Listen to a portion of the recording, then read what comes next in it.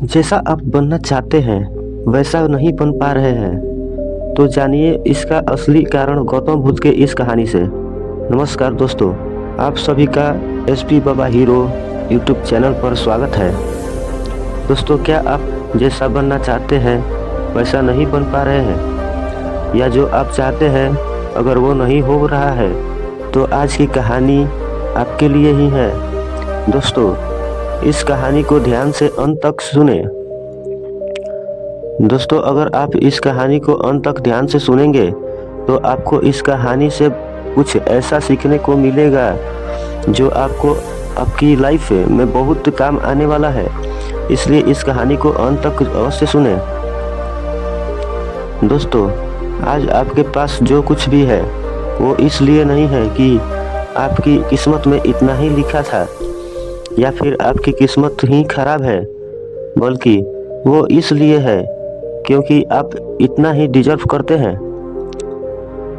दोस्तों, यह प्रकृति बड़ी ही न्यायप्रिय है।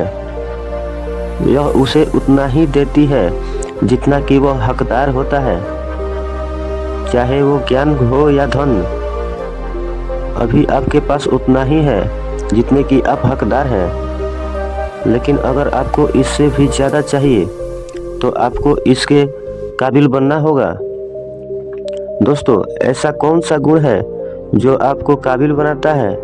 क्या आप उस गुण के बारे में जानना चाहते हैं? अगर आप जानना चाहते हैं तो आप गौतम बुद्ध के जीवन की इस कहानी को अंत तक ध्यान से सुनिएगा। दोस्तों, इस कहानी को सिर्फ समझिएगा मत, बल्कि इस कहानी को अपने भीतर उतार जाने दीजिएगा।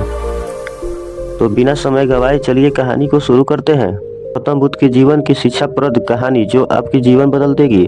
दोस्तों, एक बार गौतम बुद्ध को एक सभा में भाषण करना था, और जब सभा का समय हुआ तब बुद्ध वहां आए और बिना कुछ बोले ही वहां से चले गए। तकरीबन 100 से भी ज़्यादा लोग बुद्ध का उस सभा में इंतजार कर रहे थे, और बुद्ध के इस तरह के व्यवहार को देखकर सभी लोग बहुत चौंके, लेकिन किसी ने भी बुद्ध से कोई भी प्रश्न नहीं किया। दोस्तों, अगले दिन फिर से सभा का आयोजन हुआ, और दूसरे दिन सभा में लोगों की संख्या तकरीबन घट गई। इस बार तकरीबन 80 लोग सभा में बैठे हुए थे।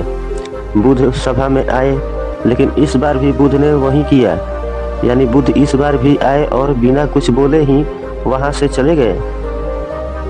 लोग दोबारा से चौंके, लेकिन किसी ने भी बुद्ध से कोई प्रश्न नहीं किया। अगले दिन सभा का आयोजन हुआ, फिर से किया, लेकिन इस बार सभा में लोगों की संख्या और घट गई। इस बार में केवल 50 लोग ही आए हुए थे। बुद्ध सभा में आए और उन्होंने इधर उधर देखा और बिना कुछ बोले ही सभा से चले गए। इसके बाद कुछ लोग क्रोधित भी हुए, क्योंकि लोगों ने अपना काम छोड़ कर आए हुए थे, लेकिन किसी ने भी बुद्ध से कोई प्रश्न नहीं किया। अगले दिन फिर से सभा का आयोजन हुआ।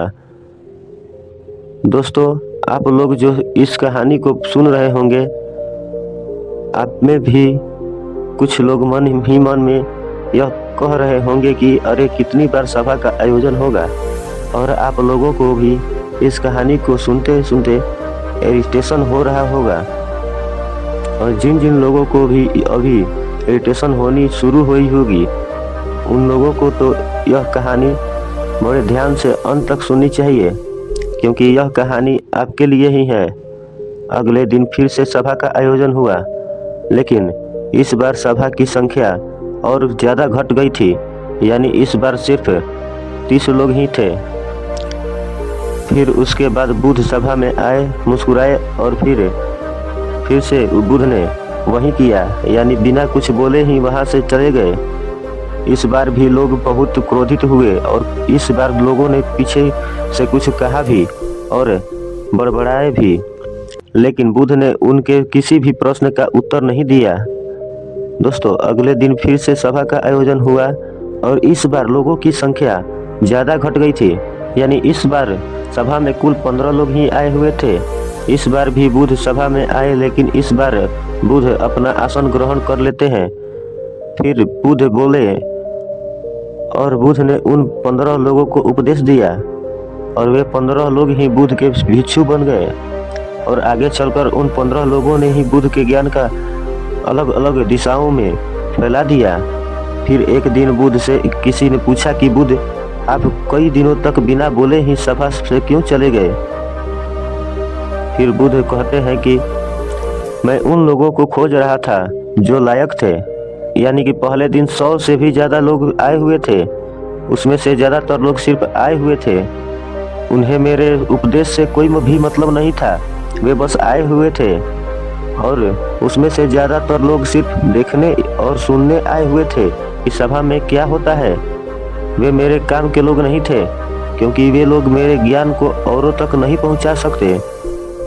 मुझे तो उन लोगों की खोज थी जो मेरे ज्ञान को जन जन तक पहुंचा सके।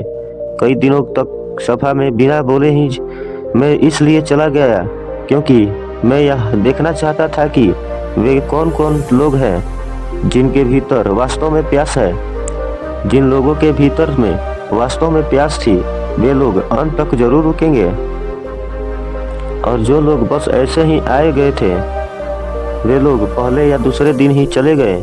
जिनके भीतर धैर्य था उन्हें मुक्ति का मार्ग भी मिला, और जो लोग जल्दबाजी में थे वे लोग अब घर में बैठे हुए हैं। सवाल यह नहीं है कि मैं तुम्हें क्या दे सकता हूँ, बल्कि सवाल यह है कि तुम क्या ले सकते हो।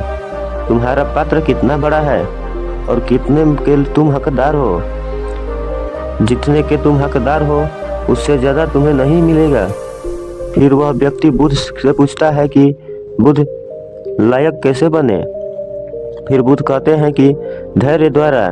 जिस व्यक्ति के अंदर धैर्य है वह अपने जीवन में कुछ भी पा सकता है। सभा में जितने भी लोग आए हुए थे और उसमें से अंत तक वही रुके जिनके अंदर धैर्य था। चाहे तुम्हारे जीवन में तुम्हारा लक्ष्य जो कुछ भी हो, लेकिन तुम बिना धैर्य के सफलता के चरम तक नहीं पहुंच सकते। फिर वह व्यक्ति बुद्ध से पूछता है कि कोई व्यक्ति अपने भीतर के धैर्य को कैसे बढ़ाए? बुद्ध कहते हैं कि निरंतर अभ्यास के द्वारा हम अपने भीतर के धैर्य को बढ़ा सकते हैं। जैसे कोई व्यक्ति ध्यान करता है या करना शुरू कर देता है तो उसका मन उसके सामने कई सारी अड़चनें लाता है, लेकिन उसका धैर्य उसे एक दिन उसके लक्ष्य तक जरूर पहुंचाता है। फिर वह व्यक्ति बुद्ध से कहता है कि मैं समझ गया बुद्ध, मैं समझ गया, यानी मुझे धैर्य के साथ निरंतर अभ्यास करने की आवश्यकता है। दोस्तों, अब आपको समझ आ गई होगी कि आपके पास वो क्यों नहीं है जो आप पाना चाहते हैं, क्योंकि आप उसके लायक नहीं हैं। आप लायक तभी बन पाओगे जब आप अपने भीतर धैर्य को बढ़ाएंगे। और धैर्य कैसे बढ़ेगा? धैर्य बढ़ेगा निरंतर अभ्यास के द्वारा। और अभ्यास कौन करेगा? अभ्यास करेंगे आप। तो फिर से करते हैं, क्योंकि दोस्तों खुद से ईमानदारी के साथ एक प्रश्न जरूर पूछिएगा, जो आप भविष्य में बनना चाहते हैं उसके लिए क्या आप धैर्य के साथ कर्म कर रहे हैं? दोस्तों, अगर आपका उत्तर नहीं है तो अपनी असफलता के लिए जिम्मेदार आप खुद होंगे। दोस्तों, आज की यह गौतम बुद्ध की शिक्षाप्रद कहानी आपको पसंद आई होगी तो नीचे कमेंट में यस जरूर लिखें, और उसके साथ ही हमारी YouTube चैनल को सब्सक्राइब करना ना भूलें। इस कहानी को अपने दोस्तों के